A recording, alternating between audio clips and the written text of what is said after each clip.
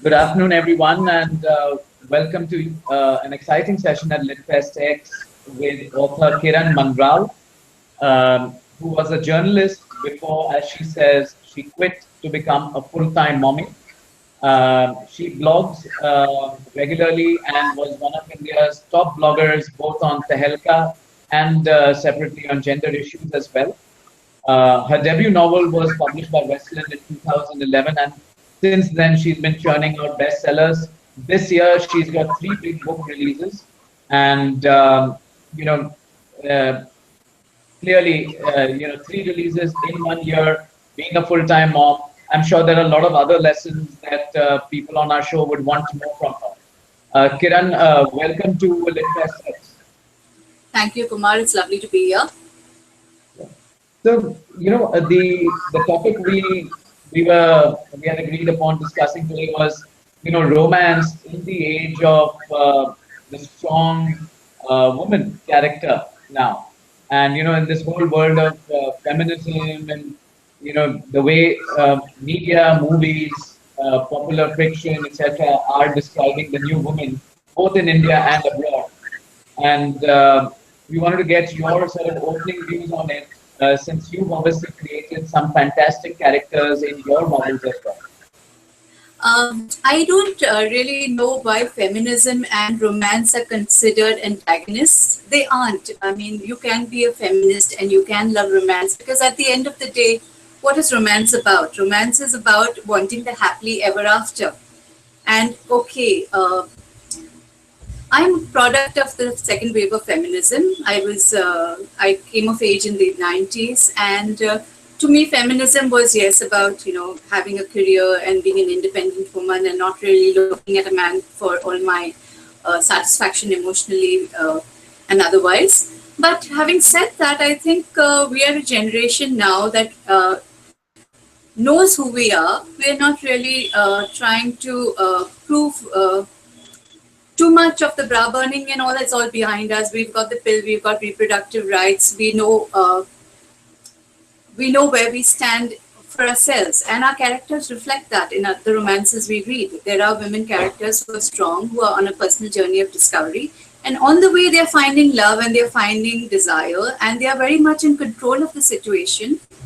The sexual communion is on their own terms. I don't see this isn't a romance like it used to be earlier, where the virginal heroine is trembling at the feet of some rake who is going to deflower her. No, that doesn't happen anymore.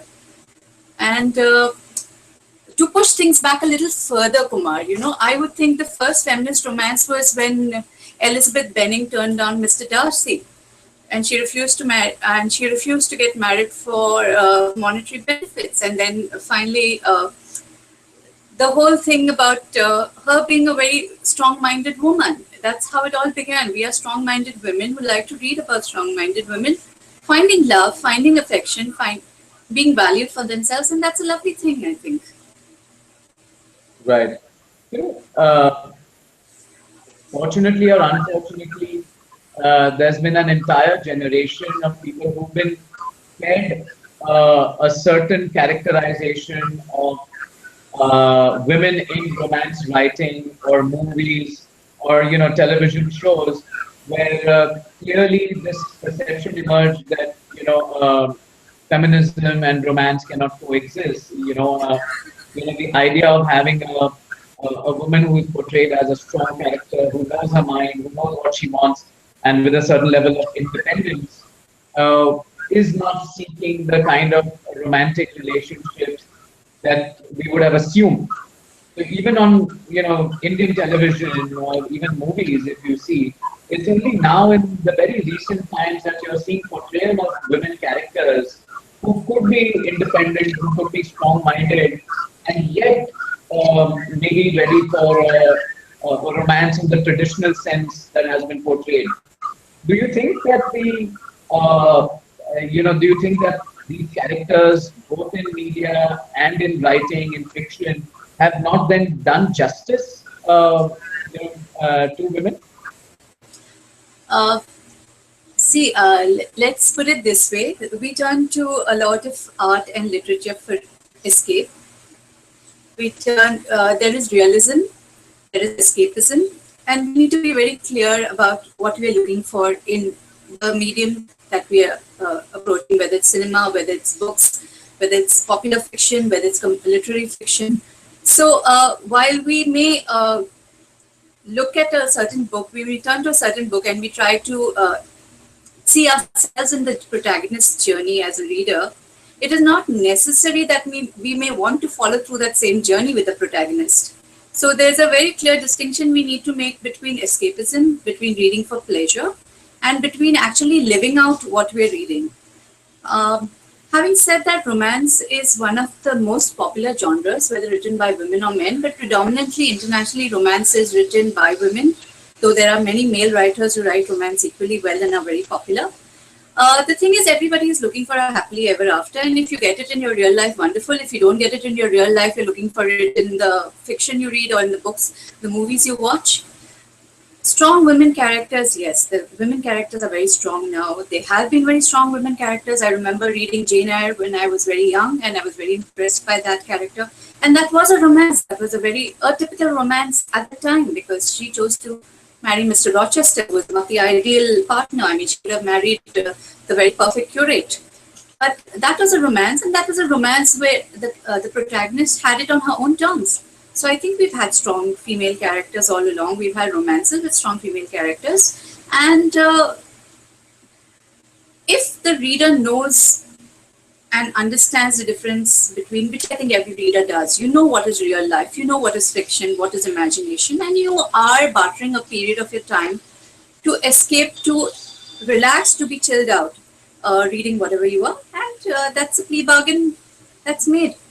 So the characters are strong, yes. There are characters which aren't strong. There are some romances which do not have strong characters, but that's probably sometimes you're tired of being the strong woman all the time. You want to be taken care of. I mean, so that's something you might want to read at times. So well and good. As long as the reading gives you a sense of catharsis at the end, I think that's all very valid reading. You mentioned something very interesting. You said, you could be a strong woman, but sometimes you want to be taken care of. I think. Please elaborate a little more on that. I don't think there's anyone who would. If you read recent books, recent young adult romances, and even the 50 Shades of Grey, which has been quite controversial for various reasons, there is the alpha male as the lead protagonist. The male protagonist is the alpha male. The female protagonist is, one would say, submissive and being pursued by the alpha male. Now, in Twilight, Bella was pursued by Edward Cullen, okay, and she was taken care of. Now, this is a trophy that in real life, I would say, no, I don't want anyone to take care of me. I'm perfectly capable of taking care of myself. But I love those books. I love the Twilight series. And I mean, I know this is going to get me judged. But I love the idea of an Edward Cullen. I know that Edward Cullen may not exist in real life. And that's fine with me. But the idea of someone watching over you, though when you sit back and analyze it, and he sounds borderline stalkerish. And it sounds very creepy if he wasn't handsome and very rich. No, these are all trophies that are built into escapist fiction to a certain extent. So this is fiction. You enjoy it, you understand it, and you like to imagine that for a point in time that you are being pursued, you are being wooed as a reader, because you place yourself in the protagonist's shoes. And when the book is closed, that's the end of it. You get back to real life. You're not obviously going to imagine the same thing happening in real life if you are sensible enough, which I think most readers are. You have a life to get back to, you have responsibilities, and you have things to get done. You're not going to imagine that somehow a very handsome vampire is going to come chasing you out of nowhere. So in that sense, you like to be taken care of, but vicariously through the books. It's not going to happen in real life, and that's the need that fiction sometimes satisfies. Right. But I don't think the question is only about readers taking or viewers taking some of this content seriously and assuming whether or not that this will happen in their own life. But it's also about the portrayal of these characters, which Wiley Niley will find their way into the viewers or consumers' consciousness, right, over a period of time.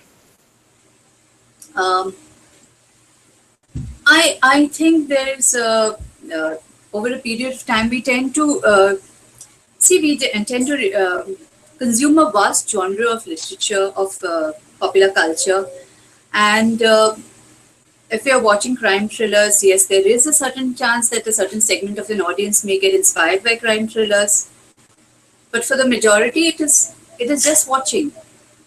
Similarly with literature, while some people might get influenced by it, I think a majority don't. So at the end of the day, it is up to the individual as to how he or she gets influenced by what he or she is reading or consuming. I think for the most part, people are pretty sensible. They know what is fiction and what is reality, and they are able to differentiate between the two. They do know that, okay, we may imagine the ideal perfect man, and I'm guilty of creating quite a few of them myself in my books. Uh, they're the idealized man, they're the perfect man. And every woman might want to have a man like that in their life, but we know that, fine, for that 4 hours that we're reading the book, the man exists, but he may or may not exist in the real world. So it's not something that we're setting ourselves up for disappointment. We're pretty realistic about that as readers. So And speaking of the characters you were talking about, tell us about your latest book, All Aboard. All Aboard. This is All Aboard. It's a lovely little romance set on a Western Mediterranean cruise, and it's a very old-fashioned romance. Sweet, gentle, moves very charmingly, and it's about this girl who is jilted at the altar, and by email by her fiance just a few days before the wedding, and she sets about canceling. She was very strong about it when it happened, and she went about canceling up everything, didn't allow herself to mourn. But obviously, she was bottling up a lot of that, and her aunt decides to take her away from the scene and takes her on a cruise to get her mind off things, which is where she bumps into the male protagonist, and it all begins. He seems to be unavailable, and there's, as in most romances, there's this drama, this unavailability, the emotional tension, and all that leads to the happily ever after, which is what the romance is all about. The romance the genre is all about. So that's All Aboard. The book is a simple, neat, nice romance. And yeah. You know, so I remember there's some part of it where, basically it is about the girl then coming to terms with this, breakup or dumping, if you will, and saying, well, no, I need to go out and enjoy myself. And are you seeing also that as, in many ways, the coming of age of, the strong feminist character to say that, listen, I'm not going to now sit and sulk that this has happened, but I'm going to make use of this opportunity to go out and have fun, meet new people, see new places, so on and so forth. Yes, my character did not allow herself to mourn, and she was very practicable about getting all the arrangements cleared up and all the cancellations done. And when not to give any spoilers away, but when she finally does have a choice about whether she should get back to the earlier situation or she should move on as an independent woman in the book, she thinks about going back home and not getting back with the person she was with, because she knows her parents don't really approve of her. Her parents would be trying to get her settled back again. That's something she knows will happen. But at the same time, she's also very confident that she would be able to survive on her own, and she doesn't necessarily have to get married with whoever is on the scene just to get married. And she's giving herself this time now to heal and to recover, although she does fall into love on the rebound, but that's another story. So she's a strong girl. She's taking it in her stride. She's quite heartbroken, but she knows she will survive. At the bottom of it, she's very Gloria Gaynor. I will survive. That's her motto. Right. And, what has been the sort of, trends that you have focused on when developing such characters in your novels? Um, have you been drawing upon some of the things you're seeing, or is this more your own portrayal of what you wish these characters are? Um, I think it's a mix of many factors. I think as writers, we are very cannibalistic of life around us and people around us. We tend to pick and choose bits and pieces of what happens to people around us or people we know, maybe from physical characteristics to the way they behave or react in situations or situations they've been in. So I'm guilty of all of that. Done that. So it's a lot of observation of people I know and situations I've heard about. It's a very urban legend kind of telling of a friend, and this happened and that happened. And I piece them all together to create characters. And when the person comes alive in my head, when I can visualize the person, that's when I actually sit down and write the character out. It's a it's a visualization, and I need to know exactly where the character is coming from, what set of background, from everything from habits to eating habits to the look, and all of that comes together, and then I know exactly how the character would respond in a certain situation. That's how I sort of work my characters out. Right, right. I'm seeing some questions coming in on Twitter. Let me just show you a few of them, and then we can use that to keep the conversation going. So it's going to come up on your screen. Let me just pick. Okay, so this is the first one.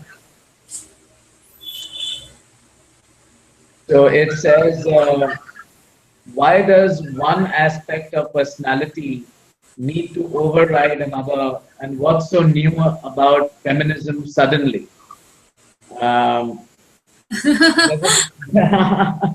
there's a second question which seems to be related from another person on Twitter, so maybe we can discuss both of those together. So this is the second one,